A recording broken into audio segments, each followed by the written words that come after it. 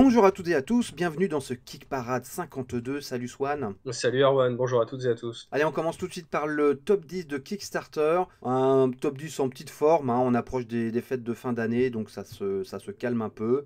Dixième position, c'est Pathfinder Arena. On en a parlé la semaine dernière, parce qu'il est sorti la semaine dernière. Donc c'est ce jeu d'arène autour du jeu de rôle Pathfinder. Évidemment, il n'y a pas besoin de connaître les règles du jeu de rôle pour jouer à Pathfinder Arena, bien sûr. Ça en reprend juste l'univers. Donc vous allez vous affronter sur un terrain mouvant, c'est-à-dire que vous allez faire avancer les cases du terrain au lieu d'avancer vos figurines. Et ça sera donc à vous d'avancer le terrain de manière intelligente pour soit affronter vos adversaires directement, soit les mettre en face de monstres qui vont apparaître. Comme je l'avais dit, j'avais regardé ce jeu, exploré ce jeu à SN. J'avais pas été super convaincu ni par le fonctionnement ni par le look. Voilà, ben, il en est à 126 000 euros, 921 contributeurs. Et il reste une grosse semaine avant la fin de la campagne. C'est étrange ce système de se déplacer en utilisant on va dire le terrain, parce que autant l'idée est intéressante, autant je vois pas trop comment ça se justifie dans un tel univers. Tous les personnages ont des pieds, ils peuvent se déplacer, donc je comprends pas trop. Ouais, Enfin, mais moi aussi c'est ça qui pourquoi m'a cette semblé, mécanique? ça m'a semblé un petit peu, voilà, artificiel quoi. C'est histoire de dire, tiens, on va mettre une mécanique originale. Ouais, mais bon, dans ce cas, pourquoi ça va mettre des figurines? Enfin, tu vois, enfin, je comprends pas. J'ai pas trop Oui, compris, c'est très clair. sincèrement. Il y a Ouais, peut-être puis quelque chose surtout qui qu'il m'a y avait. échappé, hein, mais bon. Puis il y a d'autres univers qui auraient pu correspondre à ça. Tu aurais pu faire un jeu, je sais pas, qui se passe sur la mer ou dans l'espace, tu vois. Typiquement, c'est des jeux qui se seraient peut-être prêtés un peu plus à ce style de mécanique. Mais c'est vrai que n'étant pas un grand fan du lore de Pathfinder, Hmm. ça me semble un peu triste. Ouais, ouais, moi c'est pareil, ouais, moi, ça me hype pas, on va dire. Allez, neuvième position, c'est Heroes of the Shire, 85 000 euros, 992 contributeurs, et ce sont les derniers jours avant la fin de la campagne. Bon, il aura fait un petit score, hein, ce jeu. Après, c'est plutôt un indé. Il me semble que c'est un premier projet, non, deuxième projet créé. Qu'est-ce qu'ils avaient créé? Ils avaient fait Heroes of the Shire's Coloring Book. Oui, bon, effectivement. Donc c'est leur premier jeu en fait qui mettent sur Kickstarter. Donc bon, c'est plutôt encourageant pour un premier projet. On en avait parlé la semaine dernière, enfin tu nous en avais parlé la semaine dernière. Mais on n'était pas trop rentré dans le fond du C'est vrai. sujet, on avait dit qu'on en reparlerait un peu cette semaine. Ce qui est assez intéressant, parce qu'en gros l'idée c'est qu'on va développer son personnage avec des classes, on va débloquer des pouvoirs qu'on va venir équiper sur notre personnage, avec un système de buff et de debuff sur nos différentes statistiques, dans le but d'aller affronter des boss. Donc je crois qu'il y en a 12 dans la boîte de base et une vingtaine de personnages à jouer. Ce qui est assez intéressant, je trouve, en termes de mise en place du jeu, c'est qu'en fait, on retrouve plus un plateau joueur propre aux 4X spatiaux, je trouve. Hmm. Tu sais, on trouve ce truc avec des petits éléments, comme on placerait des technologies, on va augmenter ses stats comme on augmenterait nos boucliers, nos réacteurs, etc. Donc on Hmm. retrouve vraiment ce style de mécanique, mais appliqué à l'Heroic Fantasy, sans que ce soit complètement hors sujet. Après, moi je suis pas ultra fan du design. Hmm. Je trouve que je le C'est trouve assez à la fois. japonisant, hein. C'est assez, ouais, mais japonisant amateur, on va dire. Hmm. Il y a un côté un peu, ça se cherche un peu. Je trouve que les personnages semblent pas tous issus du même univers. Il y a un côté un peu, ouais, t'as plus l'impression qu'il y a plusieurs mecs qui ont bossé sur un jeu plutôt qu'un jeu concret. Et puis finalement, ce plateau avec ce code de couleurs, etc. Je parle des plateaux joueurs, hein, pas des Ouais, ouais. plateaux d'exploration. Je les trouve presque futuristes en fait, Hmm. alors qu'on est dans de l'heroic fantasy. Alors pourquoi finalement, avec toute cette mécanique-là, pourquoi ne pas avoir essayé de proposer un dungeon crawler futuriste? Hmm. Finalement, plutôt que de l'heroic fantasy, ça aurait pu être intéressant. Donc du coup, voilà, je trouve que le projet est loin d'être nul, hein, ne me faites pas dire ce que j'ai pas dit, mais voilà, je me dis que peut-être qu'ils auraient pu réfléchir un peu plus à la cohérence de tout ça, à mon sens. Donc c'est un jeu coopératif, hein, et puis il y a plusieurs add-ons, hein, vous pouvez ajouter des scénarios. Huitième place, c'est une entrée Grand Archive TCG. Donc là, c'est un jeu de cartes à collectionner où vous allez faire affronter des héros. Bon, tout cela a l'air très classique. On y retrouve encore pour la énième fois des éléments, du vent, du feu, de l'eau. Bon, voilà quoi. Et en plus, alors le design. Bon, chacun ses goûts, hein, mais alors moi, c'est typiquement ce design d'un pan de manga que je ne supporte pas. Voilà, après, encore une fois, c'est chacun ses goûts, mais moi, ça me repousse plutôt qu'autre chose. Pourtant, vous connaissez mon amour pour la culture, à force, pour la culture japonaise, le style manga, etc., que je trouve justement pas assez représenté dans le jeu de plateau. Mais c'est vrai que je suis un peu d'accord avec toi, je trouve que ça fait un peu... Quand tu demandes à quelqu'un qui aime pas le manga, pourquoi il aime pas le manga, et ben c'est à cause de ce style de dessin-là, en C'est fait, ça, souvent. ouais, c'est ça. C'est que souvent, ils ont tendance à estimer, voilà, le manga, c'est ça, ce qui n'est pas vrai, bien évidemment. Et puis, j'entends tout à fait que des gens puissent, au contraire, être très réceptifs à ce genre de truc. Mais là, ça fait un peu esthétique jeu mobile, C'est ça. mais mis sur des cartes Magic. Mais Parce je pense que c'est pas du tout involontaire. Hein. Non. Ils savent à Non, qui non. s'adresser. Hein. Ouais. Bah d'ailleurs, il suffit juste de regarder le nom de la boîte qui s'appelle Weebs of the Shore. Et Weebs, c'est l'abréviation de Weeboo qui est elle-même l'abréviation de Wannabe Japanese. Et donc du coup voilà, tout est dans le titre. Après, je veux dire, même au-delà des designs des personnages, ce que je trouve d'autant plus dommage, c'est vraiment le design des cartes. Vraiment, t'as l'impression que il y a eu Magic et genre il y a rien d'autre. Il y a pas Ouais. d'autre manière de proposer des cartes. Il y a pas d'autre manière de Voilà, c'est quasiment un présenter les copier-coller. différents Hein. éléments. Ouais, c'est ça en fait. Enfin, en vrai, on pourrait presque imaginer que c'est une nouvelle extension pour Magic qui se passerait dans un univers d'Heroic Fantasy comme, de Japanime quoi. Quand tu vois que là ils vont faire l'univers Magic dans le monde du Seigneur des Anneaux, dans le monde de Game of Thrones, ils ont décidé de faire du multivers dans Magic. Bah en vrai, on pourrait presque croire que ça en fait partie. Ouais. Bon, en tout cas, c'est un projet, on va dire, on peut dire sans risque. Tu vois ce que je veux dire? Sans risque artistique. Hein. Ils reprennent le canevas de Magic et puis ils y collent de l'esthétisme de jeux mobiles. Donc, quelque part, ils essayent de taper dans tous les tableaux un petit peu populaires, quoi. Voilà. Donc, bon. Septième place, hein, The Spirit of Eden. Donc c'est le retour de Spirit of Eden qui était rentré dans le top 10 quand il était ressorti et qui re-rentre. Donc c'est le jeu de Youssef Fari, on en a beaucoup parlé. Hein. Là pour le coup c'est des jeux de cartes plus originaux et qui peuvent se jouer en solo d'ailleurs. D'ailleurs c'est presque même mieux en solo moi je trouve. Mais donc voilà, il en est à 34 000 euros, 1271 contributeurs, c'est sa dernière semaine. On l'avait déjà dit, hein, que voilà, lui il roule bien. À chaque fois ses jeux marchent comme il faut et puis il en fait beaucoup et il livre à l'heure et il y a un suivi Voire très en sérieux. avance. Voire en avance, ouais, The Road j'ai eu 2 mois en avance. Donc on est pour Steven Rhodes Game. Il a pris combien de places? Lui 5 places, ouais, il a pris beaucoup de places. Donc voilà, bah, le premier avait très bien marché déjà. Le premier avait très bien marché, c'est pour ça qu'ils en font un deuxième. Donc voilà, donc nous ça nous échappe un peu parce que Steven Rhodes, c'est pas très populaire en France les illustrations de Steven Rhodes. Mais bon voilà, hein, il a dépassé les 100 000 euros, 1875 contributeurs et il reste plus d'une quinzaine de jours donc on va le retrouver. Comme pour la précédente campagne, hein, vous allez en bouffer du Steven Rhodes. Vous ne le connaissez pas, vous le connaissez peu, mais on va quand même s'en parler pendant 3 semaines. Bon, après, ça montre qu'effectivement, tout ce qui est culture. Je crois que c'est australien, hein, il est australien, donc Steven Rhodes. Ouais. Ne nous est pas encore parvenu. Après, c'est vrai que ce style d'esthétique, on l'associe énormément aux années 80. Hein, ouais, bon, voire années 70. Voire années 70. Hein, ouais. Pour moi, ça ressemble plus à du Scooby-Doo. C'est une grosse entrée. C'est Harakiri Blades of Honor. 390 000 euros. Il a dépassé les 2000 contributeurs. Il reste une dizaine de jours. Donc, c'est un gros jeu d'aventure qui se passe dans un Japon médiéval fantastique. La couverture de la boîte est très jolie d'ailleurs.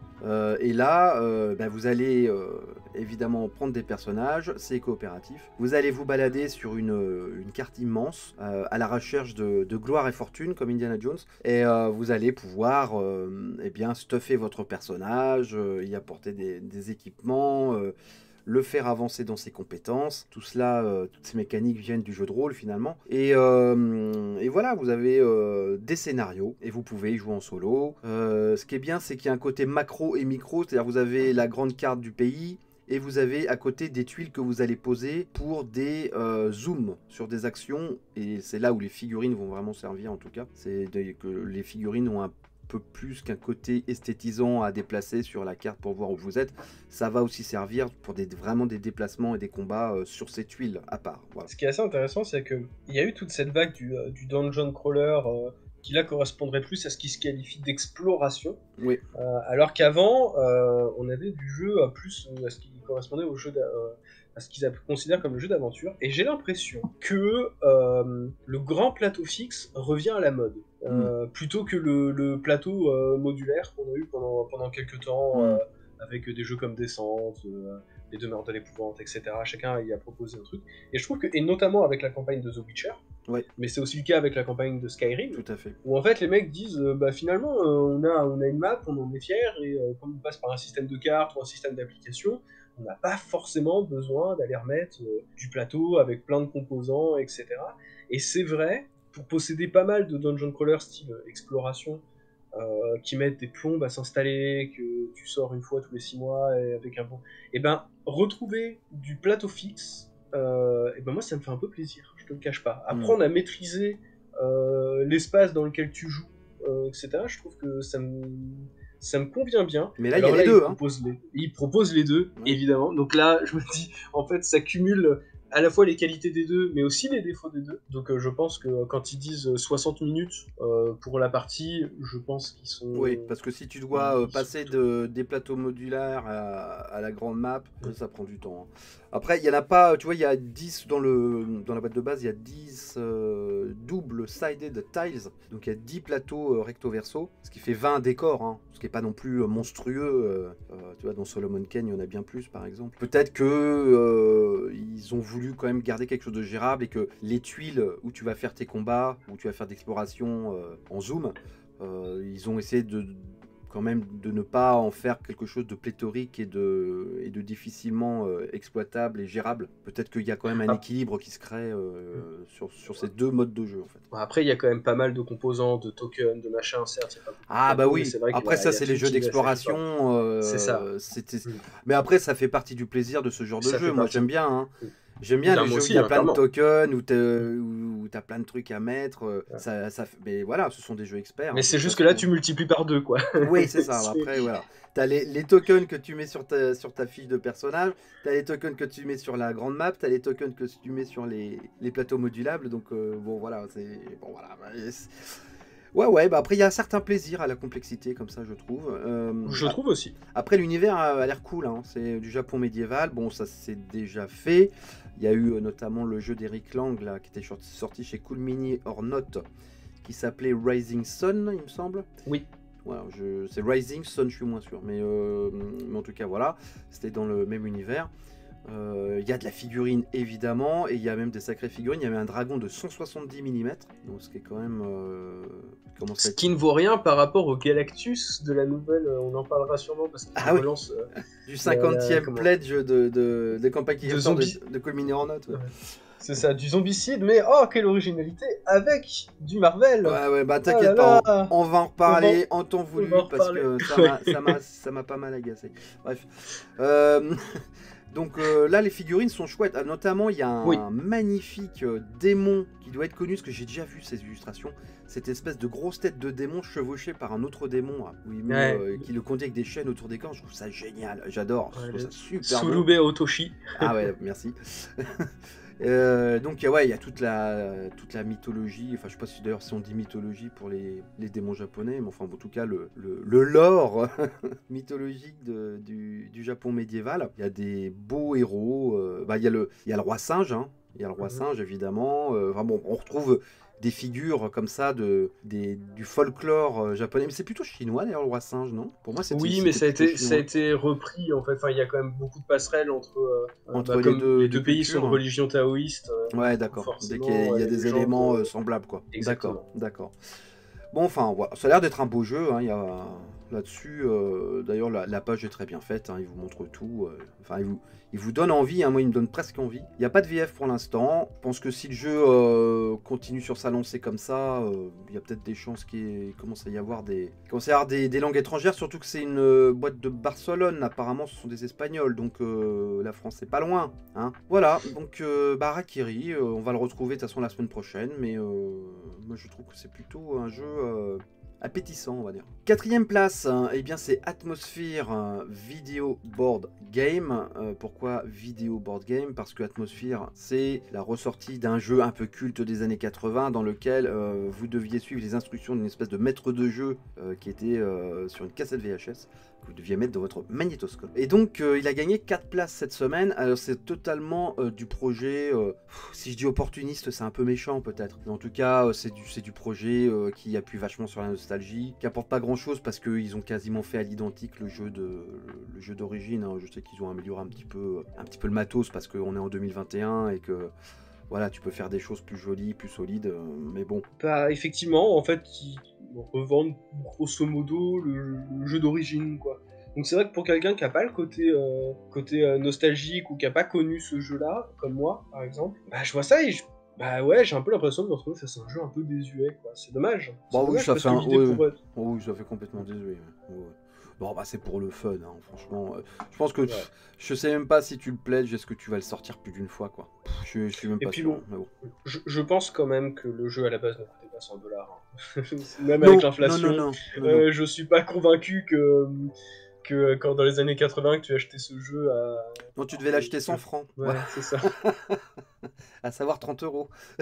Même pas d'ailleurs, c'est combien Non, le... 15 euros, 15 15,23 euros, €, voilà, je crois. 15 euros, merci. Il en a 180 000 euros, 2266 contributeurs, et il reste 10 jours avant la fin. En tout cas, ils ont réussi leur coup, hein, avant la fin de la Oui. campagne. Avant de passer aux 3 premiers de Kickstarter, on va faire un petit tour par les nouveautés. Il n'y en a pas énormément cette semaine, comme on vous l'a dit, on commence à être dans une période un peu plus calme. Commençons d'ailleurs par GameFound. Il y a une nouveauté sur Allez. GameFound, parce que c'est un peu en lien avec Harakiri, hein, parce que c'est un petit peu le même style de jeu. Là, ça se passe en Chine au lieu de se passer en Japon, mais c'est pareil, on est dans du médiéval fantastique. C'est un jeu... alors, c'est pas un jeu d'exploration, vraiment. Là, c'est plutôt un jeu, un 4X. Là, pour le coup, pur et dur, c'est un jeu de conquête, mais... c'est pareil, vous avez une grande map, vous avez des figurines, des belles figurines d'ailleurs, et vous allez tenter de contrôler les provinces qui vous entourent, comme un bon 4X. Vous avez une option, vous avez 2 options, ça c'est pas mal, et ça ils le font de plus en plus, je trouve que c'est intéressant. Vous avez la boîte de jeu avec, c'est même pas du standis d'ailleurs, c'est des pions, et vous avez, si vous voulez, vous pouvez rajouter une boîte où il y a les figurines et les bâtiments en 3D, enfin en 3D plastique. Donc voilà, c'est au choix maintenant, on vous l'impose pas, ce qui fait que le jeu de base reste dans un prix raisonnable, c'est 78 €. Voilà. Je trouve que pour la taille du jeu, je trouve que c'est, on va dire, dans les prix de maintenant, on va dire que c'est correct. Voilà. Mais par contre, si tu rajoutes les figurines, là, tout de suite, c'est 163 €. Donc je trouve que c'est quand même pas mal qu'ils t'imposent pas directement le jeu à 150 balles avec les figurines. Ce que je trouve assez sympa, c'est qu'ils vont là où on s'attendait, notamment pour un 4X, à un énième jeu autour des 3 royaumes, qui est quand même une période historique extrêmement intéressante en Chine. Là, en fait, on commence un peu plus tôt par rapport à cette période-là, où la Chine est encore plus, enfin, le territoire de Chine est encore plus divisé, et donc du coup, ce qui fait plus de potentiel pour un 4X. Mais je trouve ça sympa d'aller chercher dans d'autres périodes historiques. Ça se passe en Chine, en fait. 800 ans avant Jésus-Christ. Parce qu'il me semble que les 3 royaumes, alors, s'il y a des historiens dans les commentaires, n'hésitez pas à me corriger, mais il me semble qu'on était plus aux alentours de 200, je crois. 200, 280.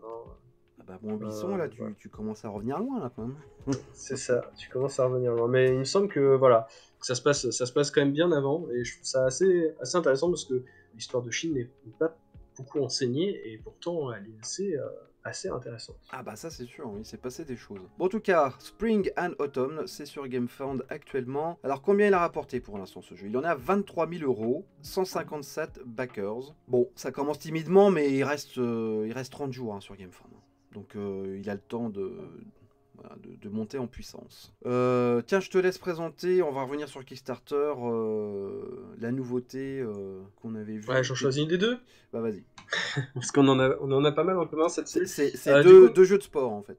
2 jeux de sport. Allez, moi je vais vous commencer par vous parler de ski jumping. Donc voilà, tout est dans le titre, c'est un jeu où vous allez devoir faire du saut à ski. Bon, pour l'instant, il a un départ assez timide, hein, il n'a que 3 000 € et 37 contributeurs. Bah, en même temps, c'est le plat hyper what the fuck. Ah ouais, complètement. Mais pas inintéressant, moi je trouve que le plateau c'est rigolo. Hein. plutôt joli. Les illustrations, c'est bon, voilà. Bah, c'est très kitsch. Là, pour le coup, tu vois, on parlait de Steven Rhodes. Alors là, on est complètement des années 70. C'est l'impression Ouais. d'avoir les petites cartes qui te filaient quand t'allais chez Esso. Tu vas faire le Oui. plein. Ils te filaient des petites cartes comme ça avec des sportifs ou des trucs comme ça. Et bah, là, on est complètement dedans.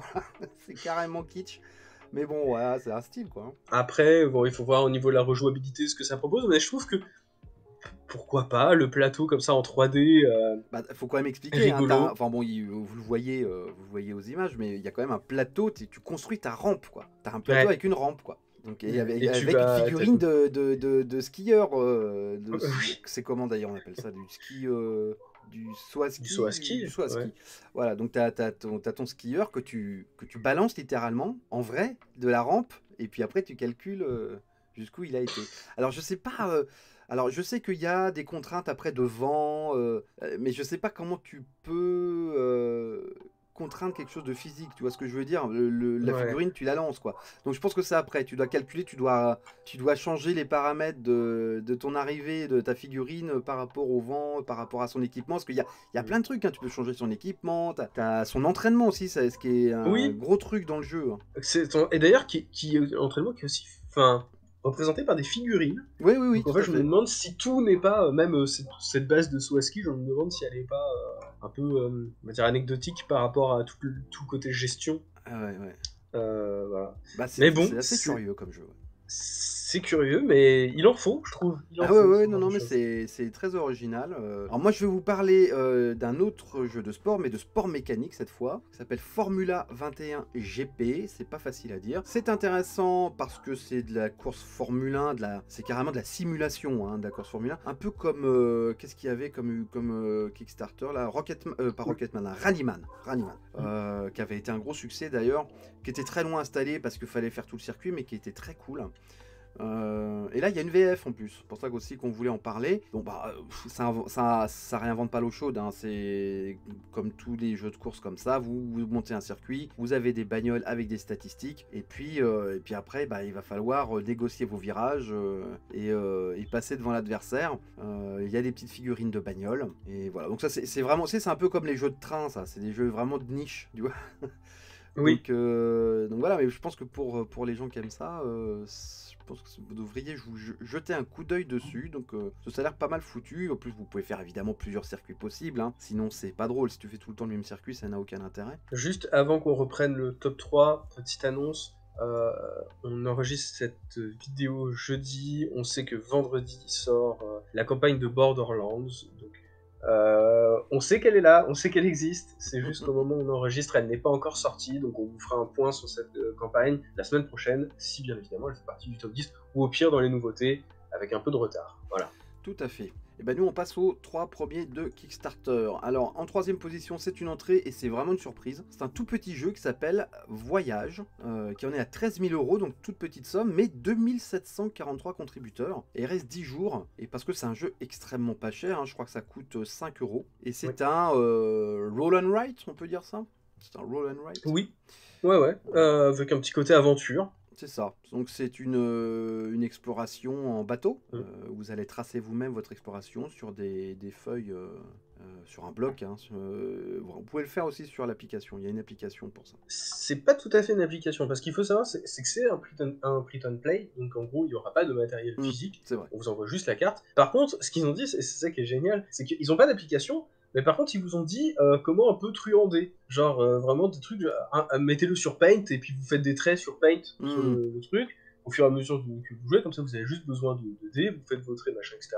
Puis ensuite, en fait, vous avez même pas besoin d'imprimer. À la Donc, débrouille. et il y a plein d'astuces comme ça, genre si vous ouvrez sur une appli, sur votre iPad, une appli pour dessiner, bah pareil, vous pouvez faire les traits avec les doigts, enfin, tu vois, c'est genre, il y a même pas d'appli, quoi, c'est vraiment les mecs qui font à la one again, et on vous donne comment vous utilisez ce que vous avez obligatoirement sur votre ordinateur, vous avez besoin de rien installer en plus, et je trouve ça assez rigolo comme astuce.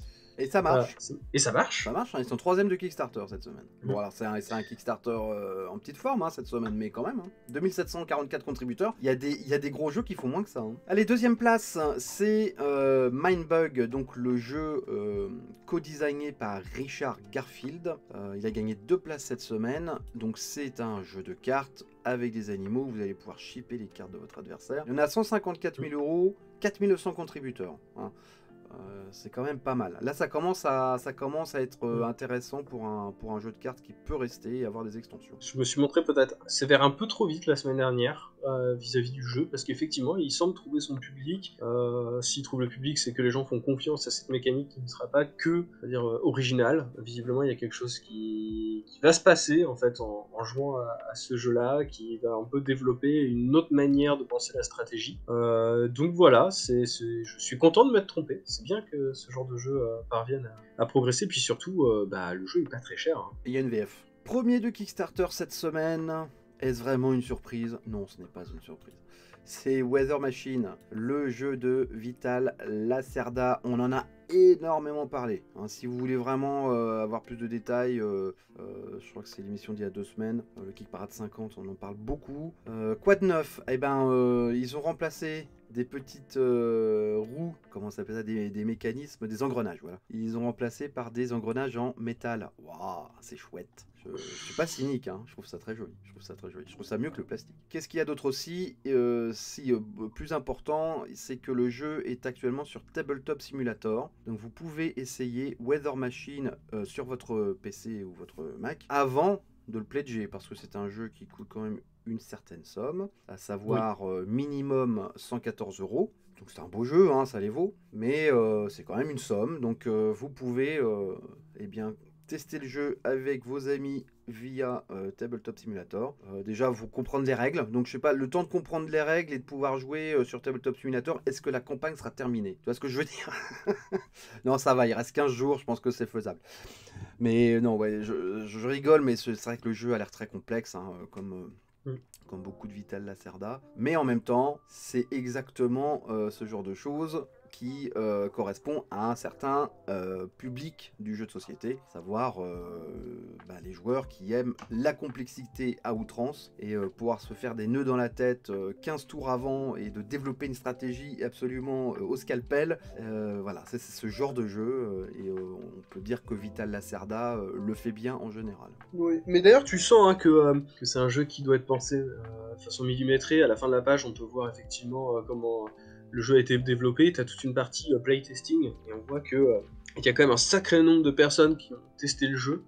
Et en plus, on voit qu'il y a une équipe, on va dire une cellule spéciale qui a été faite pour le solo. Ouais. Donc comme quoi le solo, c'est vraiment quelque chose de penser de A à Z sur la campagne, avec son propre designer, son propre développeur, et voilà, ça sera pas juste, c'est pas juste un stretch goal comme ça au détour de la campagne. Allez, on dit qu'il y a 818 000 €, 6 936 contributeurs, et comme je l'indiquais, il reste une quinzaine de jours avant la fin de la campagne, donc sera-t-il détrôné?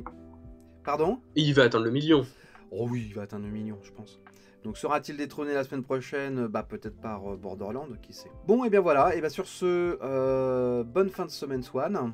Salut Erwan, salut à toutes et à tous. Merci de nous suivre, mettez des pouces bleus si ça vous a plu, n'hésitez pas à commenter les campagnes, et puis on se retrouve dans 8 jours. Ciao!